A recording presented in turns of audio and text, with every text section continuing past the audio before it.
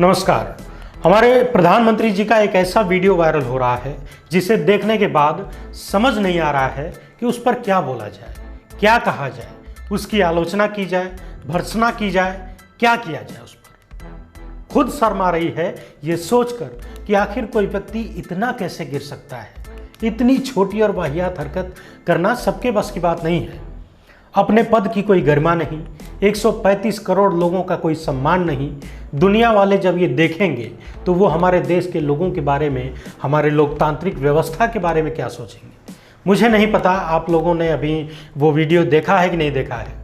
मैं अभी तक ये नहीं सोच पा रहा हूँ, मुझे यकीन नहीं हो रहा है कि ये कैसे संभव है कि इतने बड़े देश का प्रधानमंत्री जो दूसरी बार सत्ता पर काबिज है, जो पूरे देश में कई राज्यों में जिसकी सरकार है, जो खुद को देश का सबसे मजबूत प्रधानमंत्री बताने का कोई प्रयास नहीं छोड़ता, वो आदमी निर्दलीय उम्मीदवारों को धमकी दे रहा है, फोन करके उन्हें हड़का रहा है। क्या आप कल्पना कर सकते हैं इस बात की? क्या आप कभी कल्पना कर सकते हैं कि जिस व्यक्ति को हमारे देश के करोड़ों लोगों ने वोट देकर इस पद पर पहुंचाया, एक बार नहीं दो बार, कई राज्यों में लगातार वहां की जनता ने वोट देकर जिस व्यक्ति को इतना मजबूत किया, जिनकी एक आवाज़ पर हिंदुस्तान के लगभग हर घर से निकलकर लोगों ने ताली, थाली, मोमबत्ती, पता नहीं क्या क्या नौटंकी कर डाली। किसी ने एक बार ये नहीं सोचा कि ये सब करने का क्या मतलब है। बस एक बात ध्यान में था कि हमारे प्रधानमंत्री जी कह रहे हैं तो करना है, और कर दिया। मगर ये प्रधानमंत्री जी ने ये जो हरकत की है ये अकल्पनीय है। ऐसा नहीं है कि ये सबसे बुरा उन्होंने किया है, इससे पहले भी बहुत सारे मामले हैं, लेकिन ये वाला जो हो रहा है ये उस पद के लिए काफ़ी घटिया काम जिसे आप कह सकते हैं। इससे छोटा कोई काम हो नहीं सकता, वो वाला है। आपको बता दें कि हिमाचल से बीजेपी के बागी उम्मीदवार कृपाल परमार को मोदी जी स्वयं फ़ोन पर हड़काते हुए कह रहे हैं कि चुनाव से हट जाओ। सबसे पहले प्रधानमंत्री जी का वो ऑडियो सुन लीजिए, इसके बाद हम डिटेल में बात करेंगे। नमस्ते जी। मैं कब बोलूँगा जी, कब कौन सुनेगा जी? जी जी जी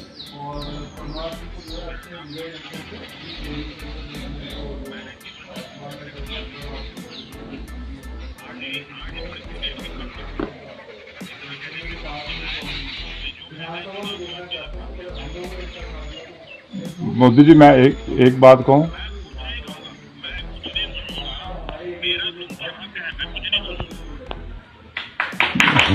आके तो मेरा भी है, मेरी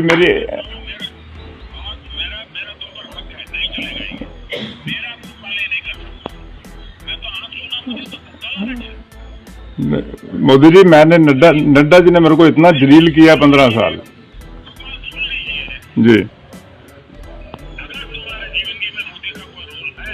बहुत रोल है जी। नहीं, कम नहीं है जी, मेरे लिए तो भगवान का आदेश है।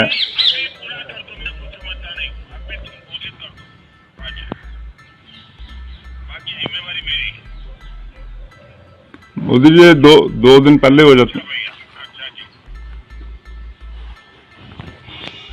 क्या आप कभी सोच सकते हैं कि इतने बड़े पद पर बैठा हुआ व्यक्ति इस तरह से उम्मीदवारों को धमकी दे, हड़काए कि चुनाव से हट जाओ, अलग हो जाओ?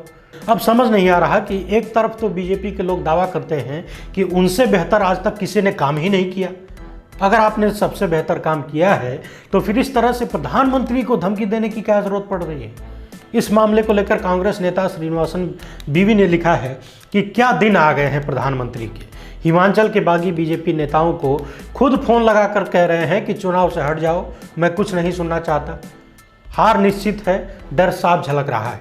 रितु चौधरी ने लिखा है कि हार का डर इतना सताने लगा कि खुद ही प्रधानमंत्री मोदी फोन करके धमकाने लगे। लोग ट्वीट कर रहे हैं कि dear election commission of India, क्या तुम जिंदा हो? चुनाव आयोग, क्या तुम जिंदा हो? नामांकन वापस लेने की तारीख निकल जाने के बाद भारत के प्रधानमंत्री खुद फोन लगाकर निर्दलीय उम्मीदवारों को चुनाव से पीछे हटने का दबाव बना रहे हैं, धमकी दे रहे हैं।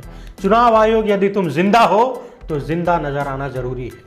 मुझे लगता है कि हिंदुस्तान के इतिहास में शायद ही अब तक कोई ऐसा प्रधानमंत्री बना हो जिसके ऊपर चुनाव जीतने की ऐसी ललक, इतनी लालच दिखाई दी हो। कुछ भी करना पड़ जाए, चाहे जितना नीचे गिरना पड़ जाए, उतरना पड़ जाए, उसके लिए तैयार है। चाहे जितनी छोटी हरकत करनी पड़ जाए उसके लिए तैयार है, मगर चुनाव जीतना है। कांग्रेस के लोगों ने सही सवाल उठाया है कि चुनाव आयोग कहां है? कहां है चुनाव आयोग? कहां है ईडी? कहां है सीबीआई? कहां है सुप्रीम कोर्ट? कहां है ये सब? क्या ये सब केवल विपक्ष के लिए है, सत्ता के लिए कुछ भी नहीं? एक वो समय था जब सरकारी मशीनरी का चुनाव में दुरुपयोग करने की वजह से इंदिरा गांधी की लोकसभा सदस्यता चली गई थी।